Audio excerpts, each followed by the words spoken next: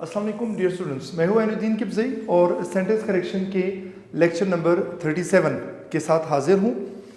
Lecture number 37 में हम एक ग्रुप स्टडी करेंगे, ग्रुप ऑफ वर्ड्स है कि जिसको हमने दो पार्ट्स में डिवाइड किया है। करेक्शन की तरफ आने से पहले ज़रा ये कंसेप्ट एक दफ़ा समझ लेते हैं और देखते हैं कि ये एक्चुअली है क्या, फिर हम इसे पास्ट पेपर्स पर अप्लाई करेंगे। देखिए, एक तरफ एक कॉलम में मैंने लिखा हुआ है 2 और दूसरी तरफ दूसरे कॉलम में लिखा हुआ है 2 प्लस। अब 2 2 प्लस 2 से ज़्यादा। देखिए, जब हम बात करते हैं ईच के बारे में, राइट, फॉर एग्जाम्पल अगर मैं कहूँ ईच बॉय, तो इसका मतलब ये है कि मैं कह रहा हूं कि 2 लड़के हैं, उन दोनों में से हर एक, राइट। चलिए मैं साथ साथ लिखता भी जाता हूं। देखिए, अगर मैं कहूं कि ईच बॉय, तो ईच शो करता है 2 को, यानी हर लड़का मीन्स 2 हैं, उन दोनों में से हर एक। अच्छा, इसी तरह इसके कंपैरिजन में अगर मैं कहूं कि एवरी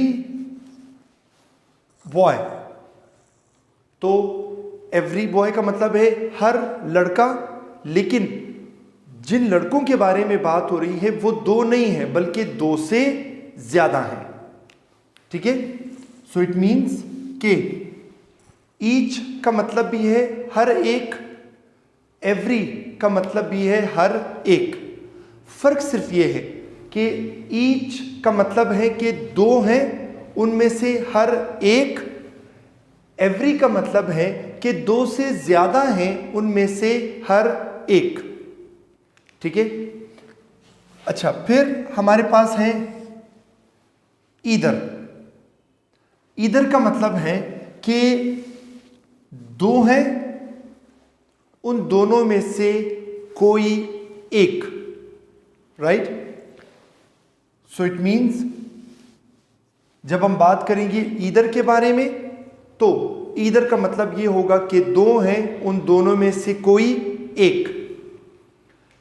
फिर जब हम बात करते हैं 1 के बारे में, 1 का मतलब भी है कोई एक, लेकिन ईदर और 1 में जो डिफरेंस होगा, ईदर का मतलब है कि 2 हैं, उन 2 में से कोई एक। 1 का मतलब है कि 2 से ज्यादा हैं, उनमें से कोई एक, राइट। इसी तरह नीदर, 2 हैं, उन दोनों में से कोई एक भी नहीं। और नन का मतलब है कि 2 से ज्यादा हैं, उनमें से कोई एक भी नहीं। तो इसका मतलब ये हुआ कि नीदर और नन दोनों का मतलब एक लिहाज से सेम है, यानी कोई एक भी नहीं। लेकिन जब आप कहते हैं नीदर, तो आप कह रहे होते हैं कि 2 हैं, उन दोनों में से कोई एक भी नहीं। नन मतलब है कि आप बता रहे हैं कि 2 से ज्यादा हैं, उनमें से कोई एक भी नहीं, राइट। मैं दोबारा रिपीट किए देता हूं, आप देखें कि मैं बात करते हुए कौन सा स्पेसिफिक वर्ड रिपीट कर रहा हूं।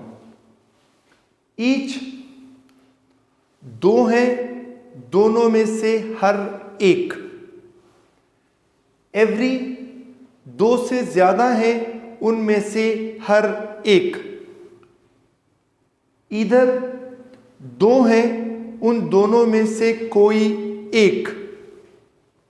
1, 2 से ज्यादा हैं, उनमें से कोई एक।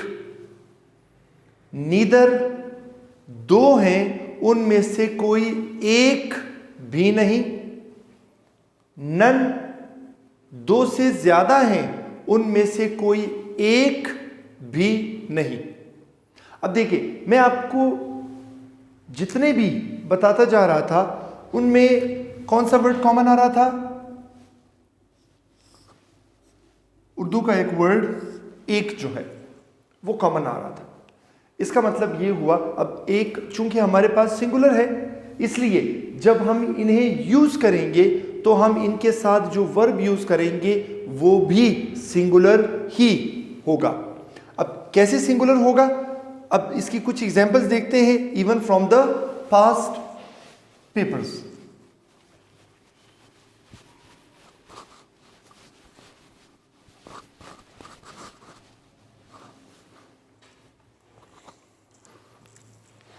देखिए first one,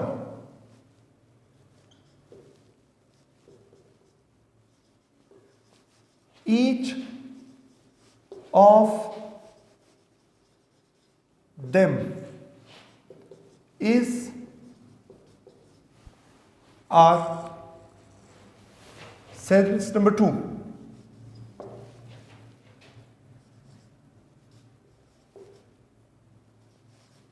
Every boy was, were,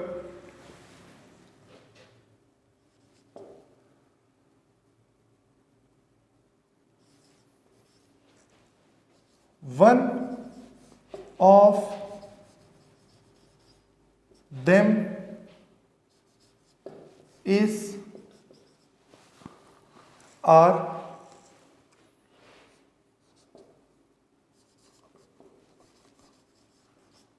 either of them is, are,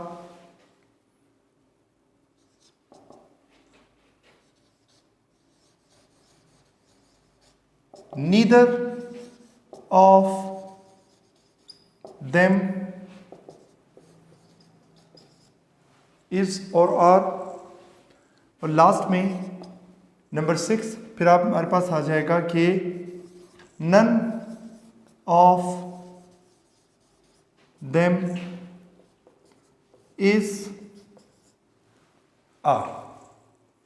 अच्छा, अब पॉइंट फिर वो ये आपने माइंड में रखना है कि आप ये जितने भी वर्ड्स देखते जाएंगे, each, every, one, either, neither, none, ये आपके पास जितने भी वर्ड्स आएंगे आप इन्हें देखेंगे कि ये अभी जो थोड़ी देर पहले हमने डिस्कस किए वो 6 वर्ड्स के जो आपको क्या बता रहे थे, एक वर्ड को स्पेसिफाई कर रहे थे। तो एक मतलब सिंगुलर, तो each of them is, not are. Every boy was,